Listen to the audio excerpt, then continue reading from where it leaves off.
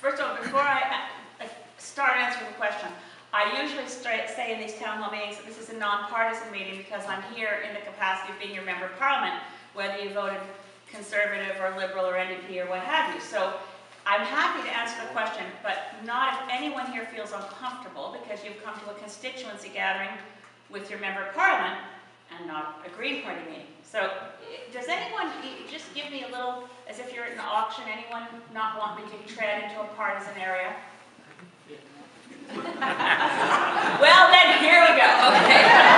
No, but it is a non-partisan thing. I'm your member of parliament. Okay. First of all, the Green Party of Canada and the Green Party of British Columbia are separate parties, to the extent that I'm not in the loop on decisions that are made by the leader of the Green Party of BC. I find out what's going on from the newspapers, like everybody else, like any other member of the Green Party of BC. That said, I have approached Jane Stirk on this, and she has gone to Adrian Dix and asked exactly that, whether they could make some kind of agreement, and he said no. So, you know, and I'm at the federal level, and I was just talking to Christy about this earlier. The Green Party of Canada federal position is that we will seek to have a cooperation agreement with the other parties before the next federal election. And in pursuit of that, especially since we nearly won in Victoria in the by-election and we're, you know, over 25%, isn't this wonderful? I'm sorry, now I've really gone partisan, I'm telling you it's wonderful. But for a Calgary by-election to have a very, very close race between the third place person, who was Chris Turner, who was the Green candidate, and the winning candidate, who was presumed to be a shoo-in, who was the Conservative, there was a 10-point spread, percentage spread. There's not much of a spread between, and Chris Turner had over 25% support as the Green candidate in Calgary Centre. In Victoria, it was way closer than that. Donald Galloway, who was Green candidate, actually won on election day. He had more votes than the NDP on the day of the votes, but of course that's not really the main point because advance polls do count. And that's where, by a very slender margin of a couple percentage points, we didn't take Victoria. But it gave rise to a great deal of discussion in the media.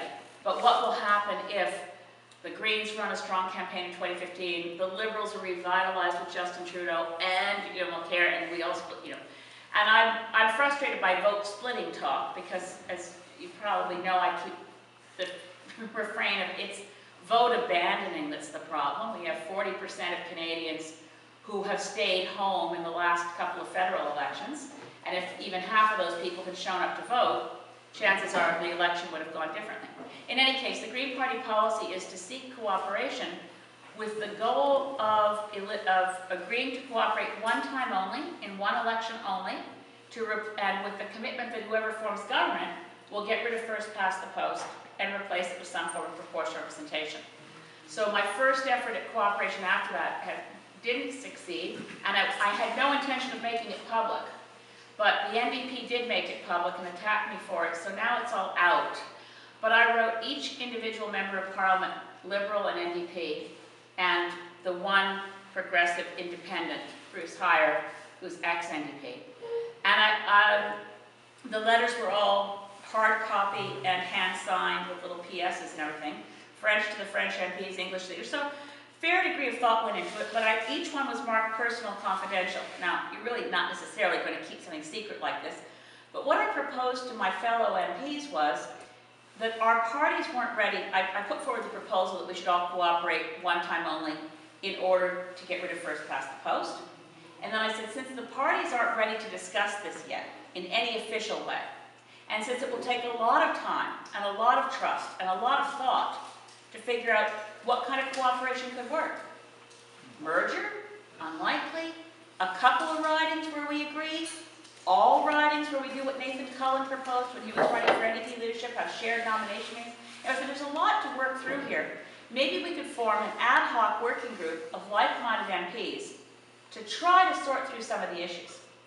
So the day that I had the letter delivered to everybody, I had a bunch of MPs come over to me, Liberals and NDP, saying, "That's a great letter.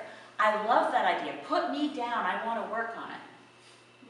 And then we even had people calling my office, and one of my best friends, who's my chief of staff, said, "It's so exciting." She said, "We've had calls, and She said, have we got a position that some MPs are wondering, can they send their staff? I said, wow, I don't know, we're going to have to get a really big room. You know, I was all excited. By the next day, they all came back and said, I'm sorry, it turns out we're not allowed to talk to you about this. And the official story from the NDP as reported in the media was that Tom Mulcair instructed all of his MPs that they were not allowed to respond to my letter at all. So there we go. So I'm going to keep trying. But provincially, I know people are going to feel torn. I was hoping in a lot of ways to just keep out of it. It happens that the Green Party candidate in this riding is a fantastic person who I think the world of him, and I know a lot of people are very loyal to Gary Holman and the NDP. It happens that the Green Party candidate is Adam Olsen, who's Startlet First Nation and was a Central Saanich councillor elected and a fantastic community guy. And so I'm going to be backing Adam Olsen. I know that might sound like a no-brainer since I'm leader of the federal party, but I really wasn't planning to get involved in the provincial election. But with Andrew Weaver running in Oak Bay, Gordon Head, and Adam Olsen running in Saanich North and the Islands, I'm hoping that, and Jay Sturk is running in a place, you know, as well. I mean, if we could get 2 or 3 Greens in with what I think is going to be a majority NDP government, I think they could keep you know, holding them to account and being a good force within the legislature. But, you know, in this context, I'm just, you know, one voter in Sidney and one member of the Green Party of BC and not in any leadership position in the BC situation. So sorry, that was way too long an answer.